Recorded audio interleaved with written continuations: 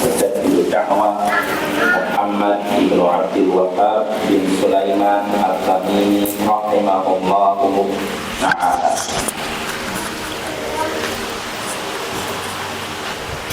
Ya, pada pertemuan sebelumnya kita menyelesaikan masalah jahiliyah yang ke-111, yaitu beriman kepada jibt dan taghut. Orang-orang jahiliyah beriman kepada jibt dan taghut. Ya, siapa jibt? Apa itu taghut? Ada beberapa penafsiran. Jibt diantaranya ada yang menafsirkan maksudnya sihir. Sedangkan taghut segala sesuatu yang melampaui batas. Contohnya orang yang disembah dalam keadaan ridho atau mengajak orang lain menyembah dirinya. Ini taghut. Jadi orang-orang jahiliyah dulu ada yang mempraktekkan sihir dan menyembah taghut. Nah, ini maksudnya. Dan ini banyak terjadi pada orang-orang Yahudi. Ya, mereka banyak yang terjatuh dalam sihir, terjatuh dalam syirik, ya, walaupun tidak separah orang-orang musyrik jahiliyah. Nah, ini masalah jahiliyah ke-111, ya, dan penulis sudah Syekh Shalih Al-Fauzan sudah menyebutkan dalilnya bahwa orang-orang jahiliyah mempercayai jibt, sihir dan taghut, yaitu segala sesuatu yang disembah selain Allah, yaitu ayatnya atau dalilnya yaitu surat An-Nisa 51, alam taro ilal ladzina utu nasiba minal kitab yu'minuna bil jibti wat taghut. Apakah engkau tidak menyaksikan orang-orang yang diberi bagian dari Alkitab, mereka beriman kepada jibt dan taghut? Apakah engkau tidak memperhatikan orang-orang yang diberi bagian dari Alkitab? Alkitab di sini yaitu Taurat. Berarti orang-orang apa yang dapat Taurat? Yahudi. Apakah engkau tidak memperhatikan orang-orang Yahudi itu? Mereka sudah dapat kitab suci Taurat, tapi mereka tetap beriman kepada jibt dan taghut, beriman kepada sihir dan juga taghut, segala sesuatu yang melampaui batas. Nah, ini sudah kita bahas sebab turunnya ayat ini. Orang-orang Yahudi ketika itu merencanakan makar. Mereka ingin menghancurkan kaum muslimin yang ada di Madinah.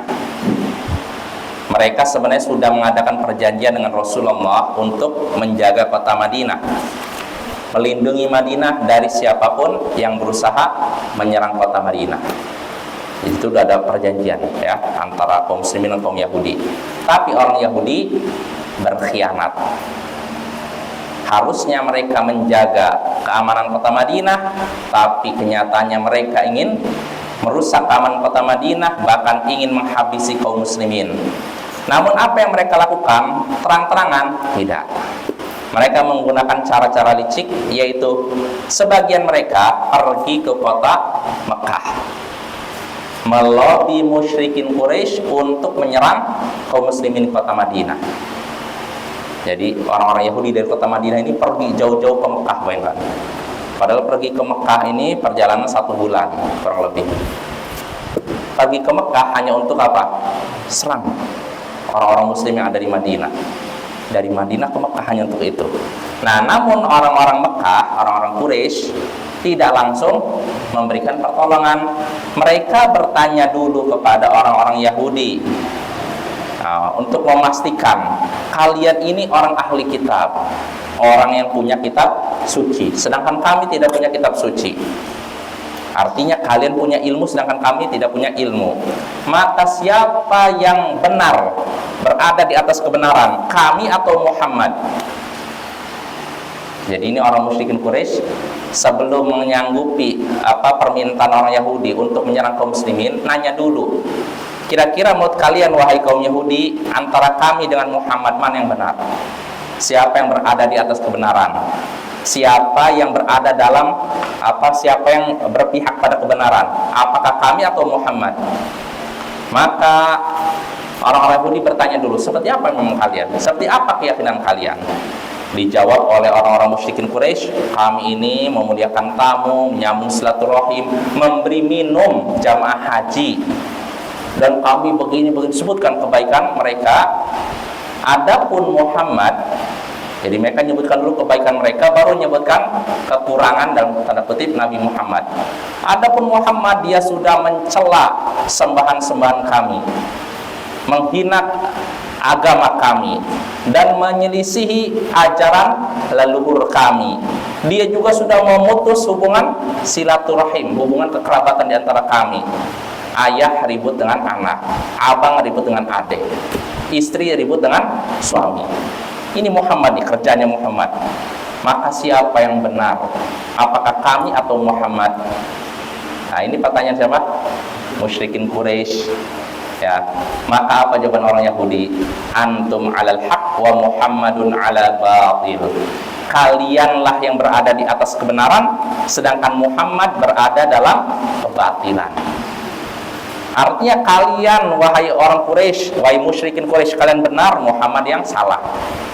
Nah, lihat tuh, padahal orang Yahudi tahu musyrikin Quraisy itu musyrik, para penyembah berhala. Sedangkan Nabi Muhammad tidak menyembah berhala, sama seperti mereka kan. Orang Yahudi dengan orang dalam kaum muslimin bisa dibilang hampir sama. Meyakini Tuhannya satu, tidak punya anak, tidak punya istri. Sama ya. Harusnya mereka menyatakan Muhammad yang benar, kalian musyrikin Quraisy yang salah. Tapi karena punya istilahnya niat untuk menghabisi kaum muslimin, maka orang Yahudi berkata, kalianlah yang benar wahai musyrikin Quraisy, Muhammadlah yang salah, Muhammadlah yang sesat. Kalian dapat petunjuk, Muhammadlah yang sesat. Padahal mereka tahu yang benar itu siapa, yang sesat itu siapa. Maka Allah pun turunkan ayat tadi. Alam tara ilal ladzina utu nasiban minal kitab yu'minuna bil jibti wat taghut wa yaquluna lil ladzina kafaru haula'i ahda minal ladzina amanu sabila. Apakah engkau tidak memperhatikan orang-orang yang sudah diberi bagian dari Alkitab, yaitu kitab Taurat? Ya, maksudnya orang-orang Yahudi. Apakah engkau tidak memperhatikan orang-orang yang diberi bagian dari Alkitab? Mereka beriman kepada jibt dan taghut, beriman kepada sihir dan taghut, dan sembahan selain Allah. Wa yaqulun, dan mereka berkata kepada orang-orang kafir, kalian ini lebih mendapatkan petunjuk daripada orang-orang muslim, daripada orang-orang beriman. Di sini Allah mengingkari siapa? Orang-orang Yahudi. Sudah dapat kitab suci tapi masih beriman kepada penyembahan para berhala, beriman kepada jibat dan taghut. Pokoknya bisa diterjemahkan segala sembahan selain Allah, bisa juga begitu. Masih beriman kepada sihir dan sembahan selain Allah, dan bahkan mereka berkata kepada orang-orang kafir, maksudnya musyrikin Quraisy, kalian lebih benar dibandingkan orang-orang muslim. Lihat nih, padahal orang Yahudi sudah dapat kitab suci, tapi mereka lebih mengutamakan para penyembah berhala dibandingkan penyembah Allah Subhanahu wa taala. Ya, ini aneh tidak? Aneh ya. Harusnya mereka lebih mengunggulkan para penyembah Allah daripada para penyembah berhala. Nah, di sini Syekh Shalal Fauzan memberikan komentar, bahwa ini komentar bagus. Kata Syekh, perhatikanlah bagaimana Allah menyatakan orang-orang Yahudi itu beriman kepada jibt dan taghut, beriman kepada sihir dan sembahan-sembahan selain Allah. Padahal masalahnya mereka ini cuma menyamai orang-orang musyrik secara lahir saja. Jadi mereka menyatakan kalian yang benar, Muhammad yang salah. Padahal hatinya tidak sesuai dengan apa yang di mulutnya. Jelas? Ya kan? Di sini Allah menyatakan mereka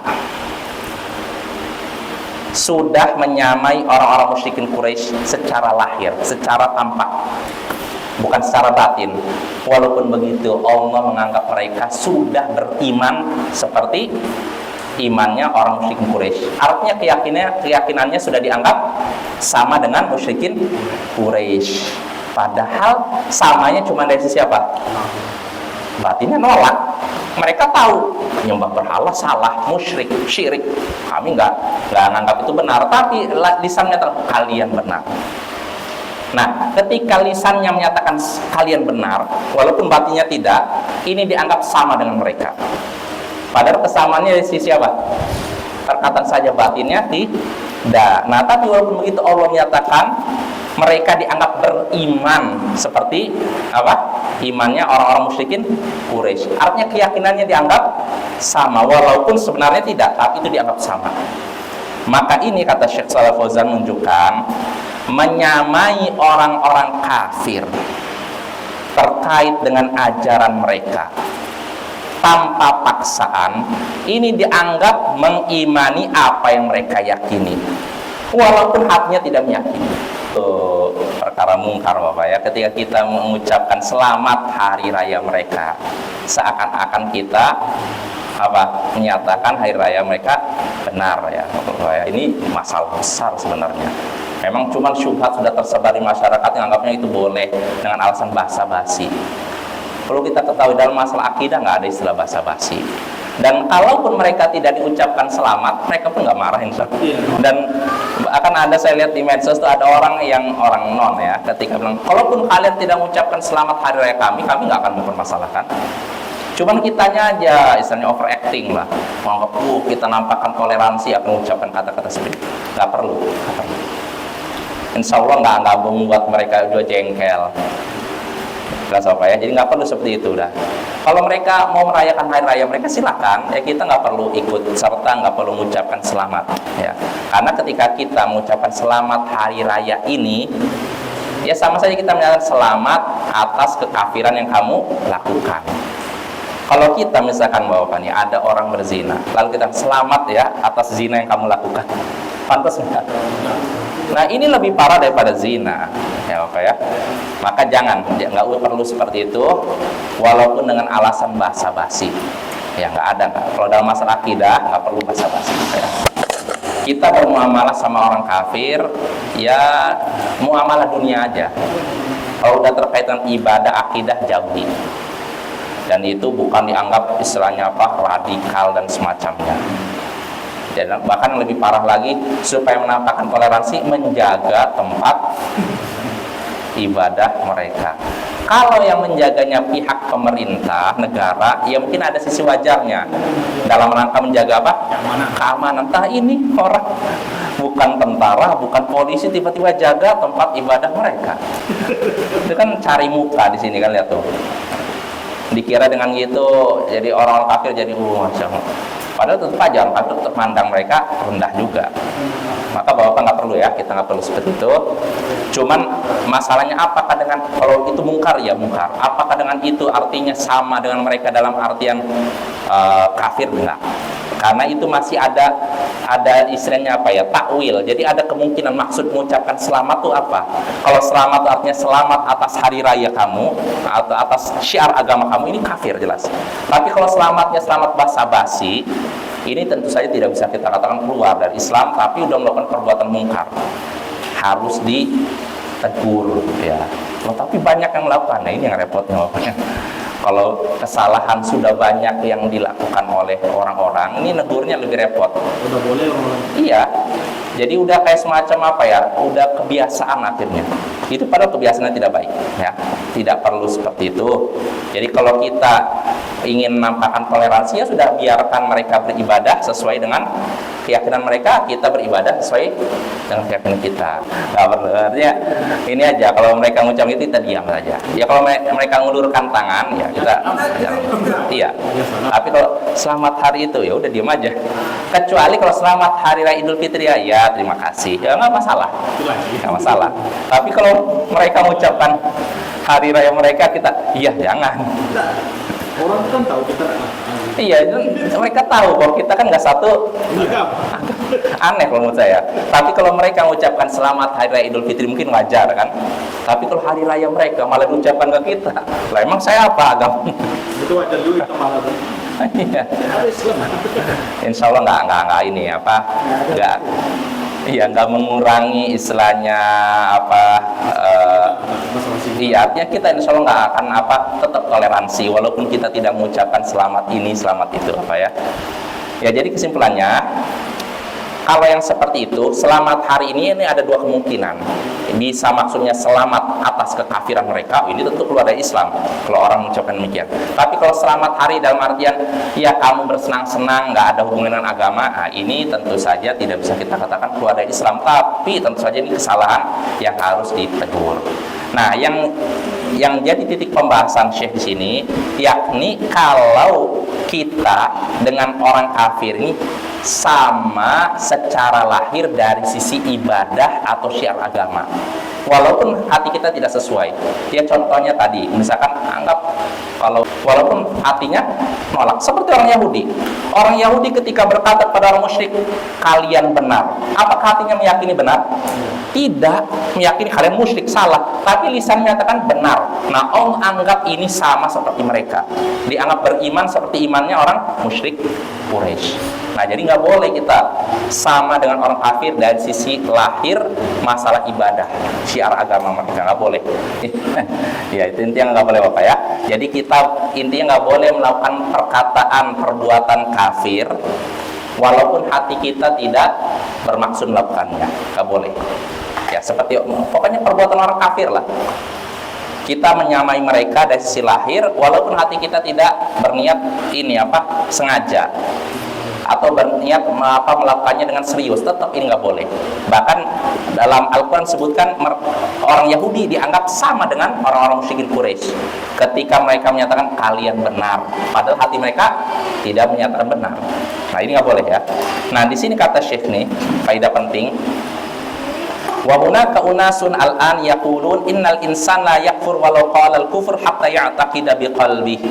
Kalau qala kalam al-kufri min ghairi ikrah wa fa'ala af'al al-kuffar wa sabba Allah wa rasulahu wa fa'ala ma fa'al fa innahu la yukaffar 'inda haula hatta yu'lama ma fi qalbi.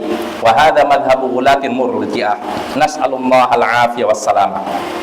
Sekarang nih kata Syekh Shalal Fauzan, ada orang-orang yang berkata, ini masih sebagian muslim yang tentu saja menyimpang. Ada sebagian orang berkata, seorang, masih seorang muslim, tidak akan kafir walaupun mengucapkan kalimat kufur sampai hatinya meyakininya. Jadi kalau ada orang mengucapkan kata-kata kufur, katanya ini nggak kafir, kecuali kalau hatinya meyakininya. Contohnya, sebenarnya nggak enak sih memberikan contoh kayak gini. Pokoknya gini Bapak, contohnya misalkan ada orang mencela Allah, mencela Nabi Muhammad. Misalkan Nabi Muhammad adalah, ya pokoknya nggak enak sih kalau nyebutin kayak gitu. Misalkan gila wanita, misalkan ada sebagian orang ngomong kayak gitu. Nah, orang seperti ini ketika mengucapkan demikian, ini sudah kafir. Walaupun hatinya saya nggak, cuma bercanda, nggak boleh. Tapi ada sebagian orang berpendapat selama hatinya tidak meyakini, enggak kafir, dia tetap beriman. Nah, ini apa? Sekte menyimpang. Kata Syekh nanti ini termasuk sekte murji'ah yang ekstrim. Jelas ya? Jadi kalau ada orang yang berpendapat seorang muslim tidak akan kafir walaupun mengucapkan kalimat kafir sampai hatinya meyakininya. Kalau hatinya tidak meyakininya, tidak kafir. Nah, ini keyakinan menyimpang. Syekh menjelaskan lagi contohnya nih, kalau ada orang mengucapkan kalimat kafir tanpa paksaan, misalkan tadi mencela Allah tanpa dipaksa, bukan karena pistol di sini, bukan karena pedang di sini, dia mencela Allah, mencela Rasulullah, mengejek Rasulullah misalkan, mengejek istri Rasulullah tanpa paksaan, atau dia melakukan perbuatan orang kafir, mencela Allah, Rasulnya, dan melakukan apapun, maka kata orang-orang menyimpang ini, orang seperti ini tidak dianggap kafir sampai tahu apa isi hatinya. Jadi kalau memang kita nggak tahu isi hatinya, dia muslim kok mau dia melempar Al-Quran, menginjak Al-Quran, mencela Allah dan Rasulnya, enggak kafir, dia muslim. Nah, ini kata Syekh pendapat sekte murji'ah ekstrim. Karena apa? Sekte murji'ah ekstrim meyakini iman tuh cuma ini. Kalau seorang udah yakin Allah adalah Tuhannya, Muhammad adalah Rasulnya, mau mengucapkan kalimat kufur, mau melakukan perbuatan kufur, dia tetap mukmin. Nah, ini sekte yang menyimpang. Sedangkan Ahlus Sunnah wal Jamaah berpendapat iman itu keyakinan dalam hati, ucapan dengan lisan, amalan anggota badan. Jadi Bapak, kalau ada orang menurut Ahlus Sunnah nih, seorang mengucapkan kalimat kufur, mencela Allah misalkan, dalam keadaan sadar, tidak terpaksa, maka dia kafir. Walaupun tidak ada niat untuk serius, cuma bercanda, ini kafir. Begitu juga kalau ada orang melakukan perbuatan kafir dalam keadaan sengaja, tidak terpaksa, ini pun kafir. Contohnya kalau ada orang melempar Al-Quran.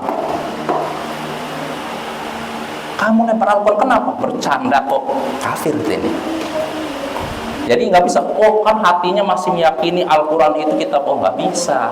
Kalau kita meyakini begitu berarti kita jadi murjiah yang membatasi iman cuma iman tuh bukan cuma ini juga ini. Banyak ayat Al-Quran yang menyebutkan iman tuh ini dan ini. Kalau kita meyakini iman cuma ini, murjiah kita, sekte murjiah. Kalau meyakini iman cuma ini tanpa ini, karomiyah. Sekte karomiyah menyatakan kalau orang udah meyakini dengan lisannya Allah adalah Tuhannya, Muhammad adalah Rasulnya, walaupun hatinya tidak meyakininya, dia muslim, mukmin katanya. Ini karomiyah. Nah, ada lagi murji'ah fuqaha, meyakini iman cuma ini dan ini. Kalau seorang sudah yakin Allah adalah Tuhannya, Muhammad adalah Rasulnya, diucapkan dengan apa? Asyhadu alla ilaha illallah wa anna Muhammadar Rasulullah. Maka dia mukmin sempurna imannya walaupun dia sujud ke patung, walaupun dia melempar Al-Qur'an. Nah, ini keyakinan sesat. Yang benar keyakinan Ahlus Sunnah wal Jamaah, iman itu keyakinan dalam hati, diucapkan dengan lisan dan diamalkan dengan anggota badan. Jelas Bapak ya? Ini kita penting seperti ini karena banyak keyakinan murjiah juga tersebar di tengah-tengah umat Islam yang meyakini pokoknya seorang nggak mungkin keluar dari Islam selama hatinya masih yakin Allah adalah Tuhannya, Muhammad dan Rasulnya. Kalau memang iman cuman ini, berarti Fir'aun adalah seorang yang beriman, muslim. Ya tidak? Fir'aun yakin tidak Allah adalah Tuhannya? Yakin. Dia yakin Nabi Musa adalah Rasul, tapi lisannya nolak. Apa nerima? Nolak. Nah, orang Murji'ah berpendapat Fir'aun adalah mukmin. Mukmin, orang beriman. Makanya di Indonesia dulu saya dengar dari Ustadz juga sih, udah lama itu tahun 90-an, seorang dosen di Indonesia bikin seminar judulnya Fir'aun Mukmin Sejati. Mukmin sejati, orang beriman yang sesungguhnya, istilahnya gitu. Nah, ini kenapa bisa demikian? Karena si dosen ini pemikirannya apa? Murji'ah, meyakini iman cuma, sehingga Fir'aun dianggap beriman, bayangkan. Padahal musuh Allah dan Rasulnya. Maka Bapak ini penting ya, kita jangan sampai tersesat dalam hal ini ya. Jadi kita kembali lagi, kata Syekh sini, Allah menggambarkan orang-orang Yahudi bahwasanya mereka dianggap beriman kepada jibat, kepada sihir dan kepada berhala, padahal yang terjadi pada mereka cuma menyamai orang-orang musyrik secara lahir.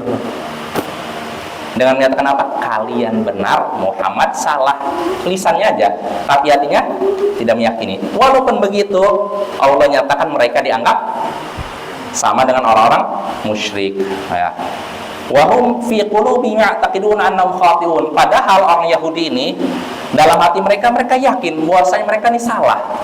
Ya, maksudnya orang musyrik ini salah dan Muhammadlah yang benar. Akan tetapi kata Syekh, hamalahumul kibr wal hasad wal adawatu rasul an yuwafiquhum fil zahir. Akan tetapi kesombongan, rasa dengki dan permusuhan kepada Rasulullah yang menyebabkan mereka menyamai orang-orang musyrik secara lahir. Wa kaffarahumullah bidzalik, maka Allah pun menyatakan mereka kafir karena itu. Nah, jelas apa ya? Jadi kesimpulannya nih, kalau kita waspadai, jangan sampai kita melakukan perbuatan kafir secara sadar tanpa paksaan. Jangan sampai sekali-kali nekat kita mencela Allah walaupun bercanda. kita mencela Allah sengaja nih dalam keadaan sadar keluar dari Islam, atau dengan memperagakan dengan tangan kita seperti sebagian orang nih ya, maaf nih, ada kejadian ada seorang mencari ikan mutar-mutar nggak dapat, sekali dapat langsung dilempar, setelah itu nunjuk ke langit. Apa maksud dia? Marah kepada Allah, mencela Allah.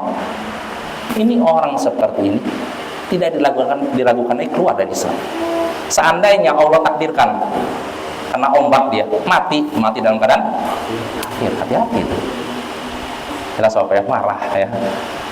Nah ini perlu kita hati-hati ya. Jadi kalau seorang sudah melakukan perbuatan kufur, ucapan kafir dalam keadaan sadar, tanpa paksaan dia keluar dari Islam.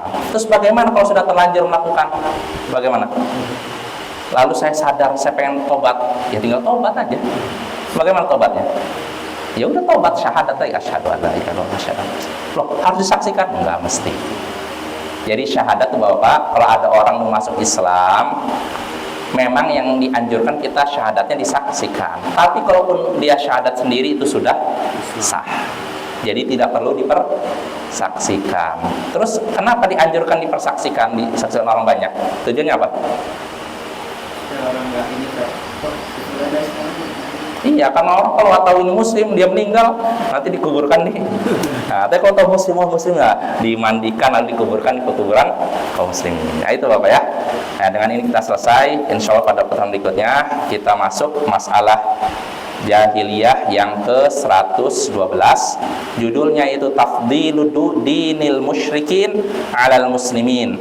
Mengutamakan agama orang-orang musyrik dibandingkan orang-orang muslim. Nah, ini insya Allah akan kita bahas pada pertemuan berikutnya. Wassallallahu ala nabiyyina Muhammadin wa ala alihi wa sahbihi ajma'in. Wa akhiru da'wana anil hamdulillahi rabbil alamin. Assalamualaikum warahmatullahi wabarakatuh.